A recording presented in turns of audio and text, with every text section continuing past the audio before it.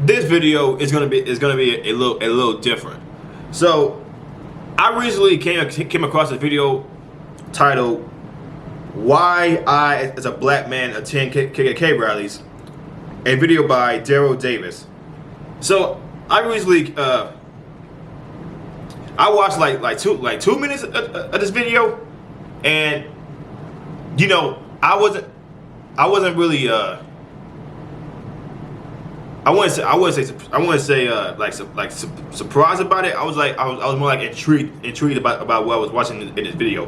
So, like I said, I want to like do a reaction to this video, like the full 19 minutes of the video, and I want to watch this with y'all. So, and let's see where exactly he goes doing this video. Let's go ahead and check it out.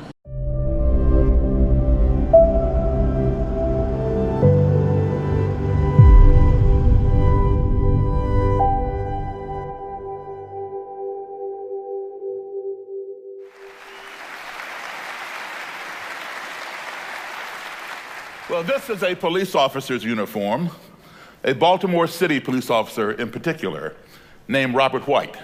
He gave me this uniform when he and I became the very best of friends. But, you know, I first heard about Robert White when I was a teenager. And then I later met him. I met him just a month after he got out of prison. He was in prison serving a sentence for assault with intent to murder 2 black men with a shotgun, and another sentence conspiring to bomb a synagogue in Baltimore. Now, I am a professional musician. I tour all over this country and around the world playing music. So how do I end up with a policeman's uniform? He worked for the police department by day, but he also had another job, which required a different kind of uniform.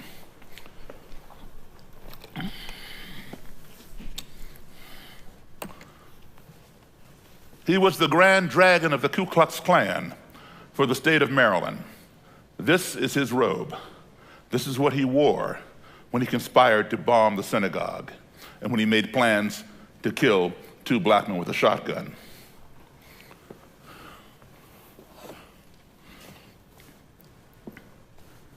To understand why I have these items, let's take a little journey back in my life. I was born in Chicago in 1958. At the age of 10, in 1968, my parents had moved to Belmont, Massachusetts, a suburb of Boston. I was one of 2 black kids in the entire area, at least in the school. I joined the Cub Scouts at the age of 10 at the invitation of some of my white male friends. And we had a march from Lexington to Concord to commemorate the ride of Paul Revere. My den mother let me carry the American flag. And as I was marching as the only black scout in this parade, along with the Girl Scouts, Boy Scouts, Cub Scouts, and Brownies, I think 4-H Club was there and some other organizations, as I was marching down the street, somewhere along the parade route, I began getting hit with bottles, soda pop cans, rocks, and debris from the street by just a small group of white spectators mixed in with the all-white crowd on the sidewalk. This was the first time I ever experienced anything like this, and I did not understand. I thought perhaps those people did not like the Scouts. I did not realize I was the only Scout getting hit until my den mother and the other Scout leaders came rushing over and huddled over me with their bodies and escorted me out of the danger. They never explained why, even though I kept asking, why are they hitting me? Why are they hitting me? What had I done wrong? When I got home, my mother and father, who were not at the march, were fixing me up with mercurochrome and Band-Aids and asking me, how did you fall down and get all scraped up? I told them I didn't fall down. I told them exactly what happened. For the first time in my life, my parents sat me down at the age of 10 and explained racism to me. I had absolutely no idea what they were talking about. It was inconceivable to me that someone who had never laid eyes on me, never spoken to me, knew absolutely nothing about me, would want to inflict pain upon me for no other reason than this, the color of my skin. So I did not believe my parents. But more and more incidents began happening. And I realized my parents had told me the truth. I didn't know why people felt that way, but I realized that there were some people who did. So at the age of 10, I formed a question in my mind. That question was, how can you hate me when you don't even know me? So I grew up in my adolescent years spending a lot of time buying books on black supremacy, white supremacy, the Nazis in Germany, the neo-Nazis over here, the Ku Klux Klan, anti-Semitism, trying to understand that ideology, trying to get the answer to my question, how can you hate me when you don't even know me? None of these books provided the answer. So then in my adult life, I thought, you know what? Who better to ask, how can you hate me when you don't even know me, than someone who would join an organization whose historical premise has been hating those who do not look like them and who do not believe as they believe. So I had my secretary who books my bands and all that kind of stuff. I said, listen, I want you to get a hold of this guy. His name is Roger Kelly. I acquired Mr. Kelly's phone number. Mr. Kelly is what's known as the Imperial Wizard. Bob White was a Grand Dragon, meaning state leader. Imperial Wizard is a national leader in the Ku Klux Klan. I was told, do not fool with Mr. Kelly, Darryl. He will kill you. But I had to have the answer to my question. I was hoping it wouldn't be the final answer if I met him. So I gave Mary his phone number and said, give him a call. Do not tell him that I'm black, but see if he'll sit down and give your boss an interview. He wants to discuss the Ku Klux Klan. So basically, this guy infiltrated a KKK meeting or a KKK rally in order to find out why some racist white people thought black people were inferior, even though why black people were bad, even though they never even met them. Yeah, it sounds pretty stupid. It really does. But the fact that this guy took that risk to find out why some people in KKK hate black people. I mean, the biggest answer would be because some racist people who feel like anything that's not the same skin complexion is inferior. That's basically what a lot of us pretty much think racist people is.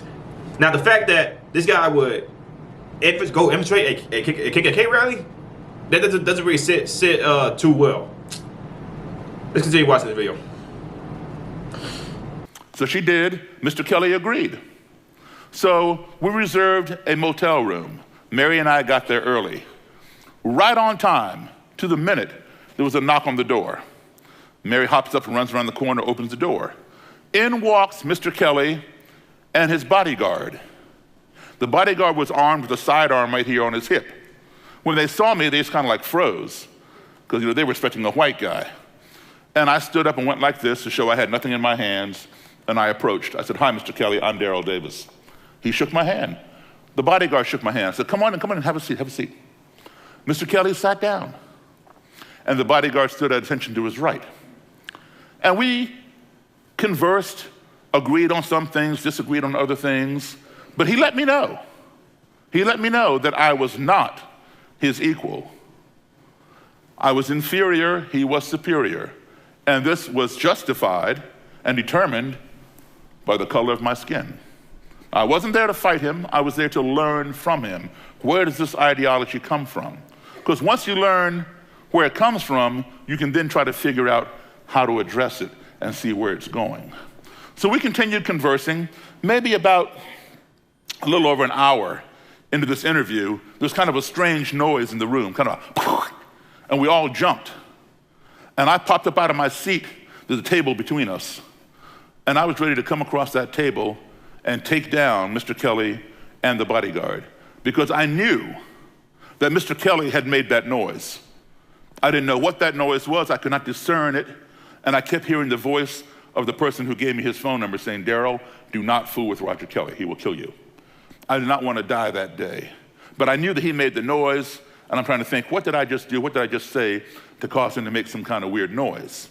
And you know, I'd gone into what you call survival mode. In survival mode, people will do one of three things.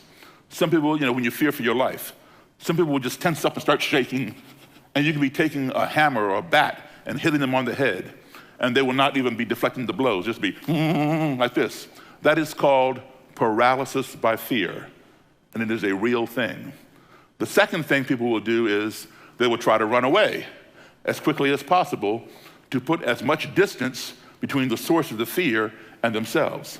That is the best option, if you can do that.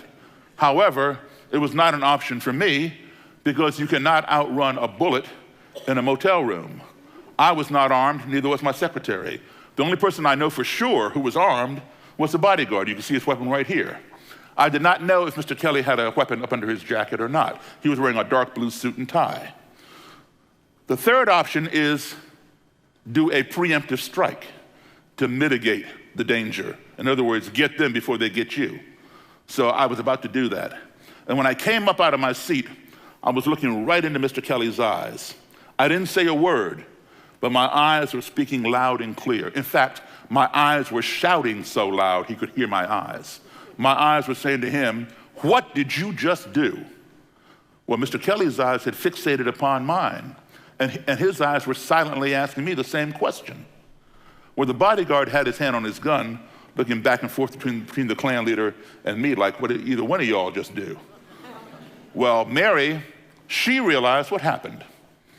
She had filled the hotel room ice bucket with ice and put some cans of soda in there to get them cold, to be hospitable, and offer Mr. Kelly a beverage. The ice had melted, and the cans came cascading down the ice. And then it made that same noise. And we all began laughing at how ignorant we all had been. Now, I won't say this was a learning moment, but it was definitely a teaching moment. And what was taught was this: all because some foreign, an underscore, highlight, circle the word foreign, entity of which we were ignorant, being the bucket of ice and cans of soda, entered into our little comfort zone via the noise that it made, we all became fearful and accusatory of one another. Thus, ignorance breeds fear. We fear those things we do not understand. If we do not keep that fear in check, that fear in turn will breed hatred, because we hate those things that frighten us. If we do not keep that hatred in check, that hatred in turn will breed destruction. We want to destroy those things that we hate. Why? Because they cause us to be afraid. But guess what? They may have been harmless and we were just ignorant. We saw the whole chain almost unravel to completion had the bodyguard drawn his gun and shot, namely me or my secretary, because it's his job to protect his boss and protect himself, or had I pounced and hurt one of them, trying to protect myself or my secretary. We did see that whole chain unravel to completion 3 months ago in Charlottesville, Virginia, 2 hours from where I live. Okay, I'm not gonna denounce this story saying, yeah, obvious BS. But the one thing I will challenge him on is that the KKK wasn't afraid of us because, you know, because of our skin color.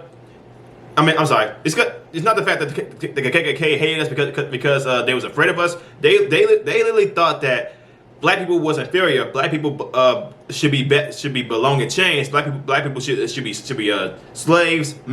Slaves doing the white man's bidding, stuff like that. So, but you know, this is something that he experienced, and I'm not going to take that away from him. So if he experienced this, I'm not going to take it away from him. That's let's get going with this. 2 hours from where I live, because ignorance was present, fear was present, hatred was present, and destruction occurred. when a white supremacist got in his car and tried to mow down people and resulted in killing one young lady named Heather Heyer. So, we carried on with this interview, no more incidents. I would invite Mr. Kelly to my home.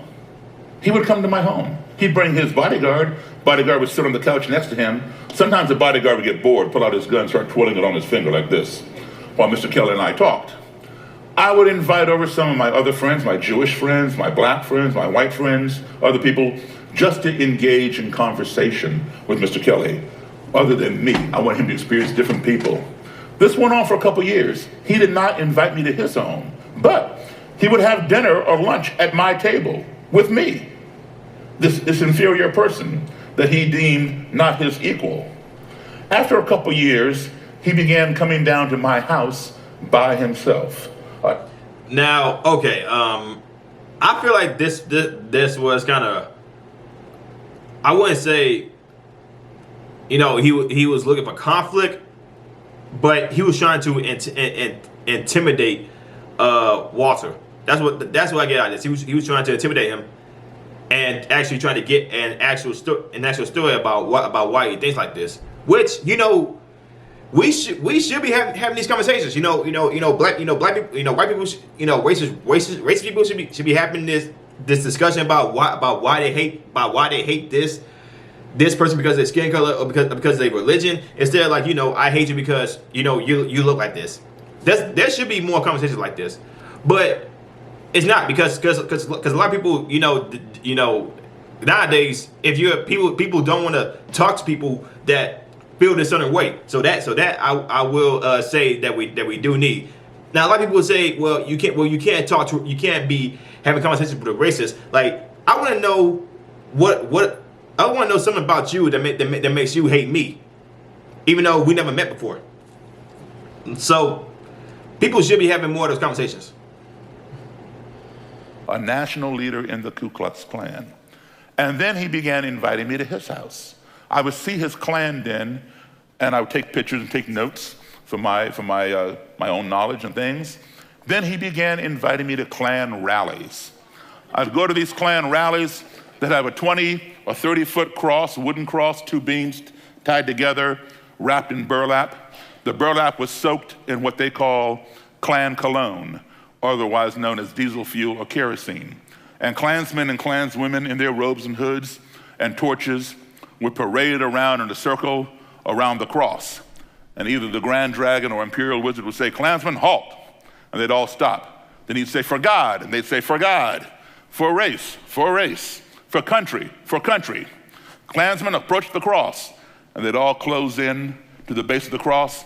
Klansmen light the cross, and they throw their torch down at the foot, and whoosh, this big cross would be on fire. There you go. There's one rally, such rally, with the Klansmen. That's conversing with the Klan at a rally. And there's a rally with the cross on fire. Now, they would give speeches. I would take more notes and try to absorb and try to understand, not that I'm believing in what they're preaching, but I'm trying to learn and understand what is the impetus for it.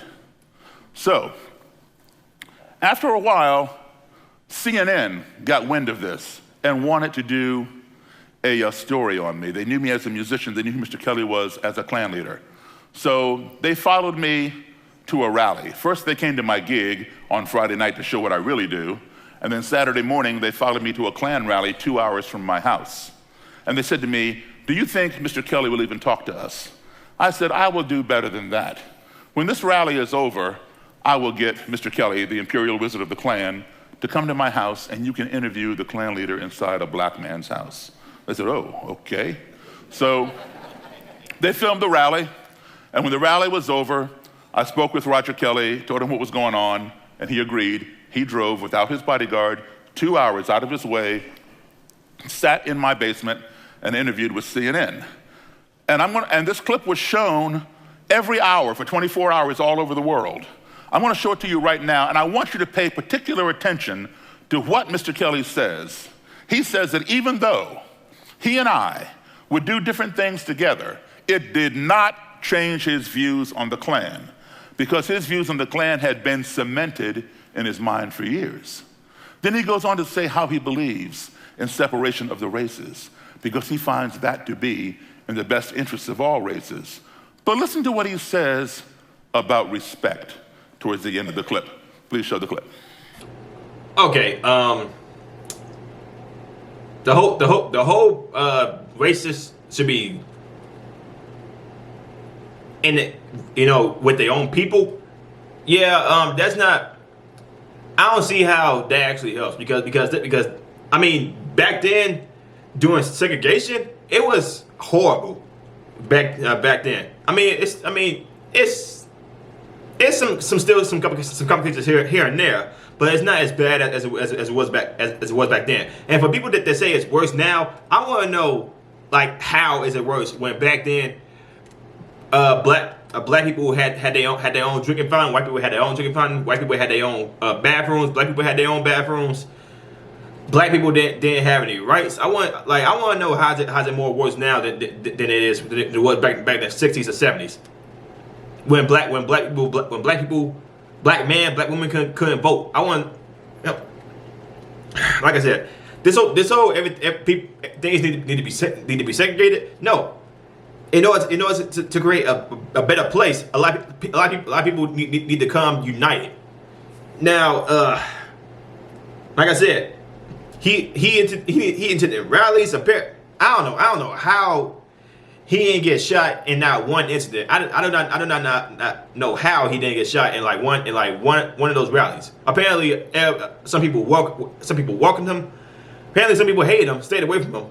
He was taking pictures with them. Like, bro, like, I'm still confused about this whole story. Davis was one of the few African Americans you will ever find attending a KKK rally. More than attending, he is welcome. I got more respect for that black man than I do white man. It's been a tough day for the Klan. Their Maryland rally found many local residents rejecting the message of white separatism. After it's over, Daryl Davis hangs around backstage with his friend, Klan Wizard Roger Kelly.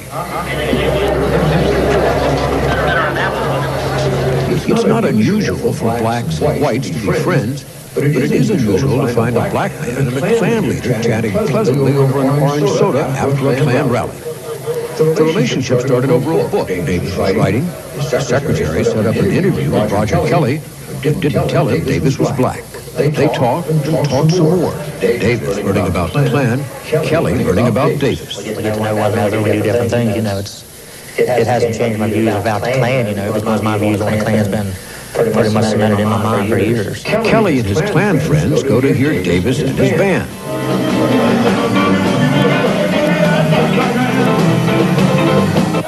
And Davis goes to their rally. I sat on the front row and listened to each of our Klansmen speak. Some things I agreed with, other things I did not agree with. Davis thinks that his presence promotes badly needed understanding. Hates them, I believe, from fear. From fear of the unknown. And I think this is all across the board, regardless of whether it's the Klansmen or anything else. But he has no illusions about the Klan. If he did, his friend would be quick to disabuse them. I believe in separation of the races. I believe that's in the best interest of all races. Does he really? Or has friendship transcended the color barrier? Listen to Kelly at the Klan rally. I will throw right man to hell on that because I believe in what he stands for, what he believes what I stand for. A lot of times we don't agree with everything, but at least he respects me to sit down and listen to me. And I'll respect him to sit down and listen to him. The strange relationship of a KKK wizard and his black buddy. In Washington, I'm Carl Rochelle, CNN Sunday Morning. Respect is the key. Sitting down and talking, not necessarily agreeing, but respecting each other to air their points of view. Because of that respect and my willingness to listen, and his willingness to listen to me, he ended up leaving the Klan, and there's his road right there. I am a musician, not a psychologist or sociologist. If I can do that, anybody in here can do that. Take the time to sit down and talk with your adversaries. You will learn something, and they will learn something from you. When two enemies are talking, they're not fighting. They're talking. It's when the talking ceases that the ground becomes fertile for violence. So keep the conversation going. Thank you all very much. Okay, interesting story, but it's confusing as hell. This dude literally went to a rally, heard the beliefs of a KKK leader. The KKK leader heard his beliefs and all that stuff, and you know, at the point of it, they didn't become even bigger enemies. At some point, they end up becoming friends.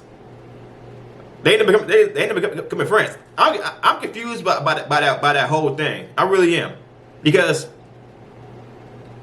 this is not what basically people have been telling other people what we've been showed. This dude attended rallies, and he's still alive. Like this video was aired back in 2017. This dude was still alive. He still has those KKK uniforms and all that stuff. I'm just really confused by this whole thing. I'm not gonna be one of those people that say he's a sellout, he's a coon for saying he attended the KKK rally, because at the end of the day, he didn't agree with a lot of things that the dude says. I personally don't agree with anything the KKK says. I don't.